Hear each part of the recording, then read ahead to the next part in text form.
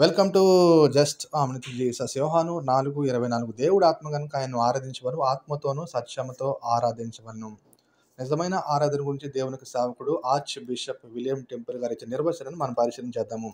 దేవుని పరిశుద్ధత చూసి మన మనస్సాక్షి మేల్కొల్పబడాలి. యెషయా గ్రంథం 6వ అధ్యాయంలో దేవుడి సింహాసనాసీనుడై ఉన్నప్పుడు కెరూబులు శరాపులు పరిశుద్ధులు పరిశుద్ధులు పరిశుద్ధుడైన దేవుని యొక్క నామాన్ని గణపరుస్తున్నప్పుడు యెషయా ప్రవక్త నోటిలోంచి అయ్యో అపవిత్రమైన పెదవులు గలవాడును, అయ్యో అనే మాట మనం చూస్తాము. అంటే మేల్కొల్పు రావటం జరిగింది. దేవుని సౌందర్యం చూసి మన మనసు పవిత్రీకరింపబడాలి.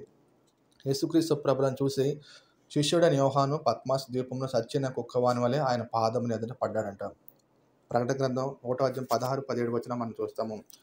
ఆ తర్వాత మన మనస్సులు దేవునికి వాక్యంతో నింపబడినప్పుడు ఆరాధన వస్తూ ఉంది. ఎందుకంటే ఎజ్రా దేవుని వాక్యం ప్రకటించబడతా ఉన్నప్పుడు జనులు బహుగా ఏడవటం జరిగింది. చివరిగా దేవునికి చిత్తానికి మన చిత్తాన్ని అప్పగించుకోవాలి. ఆమేన్.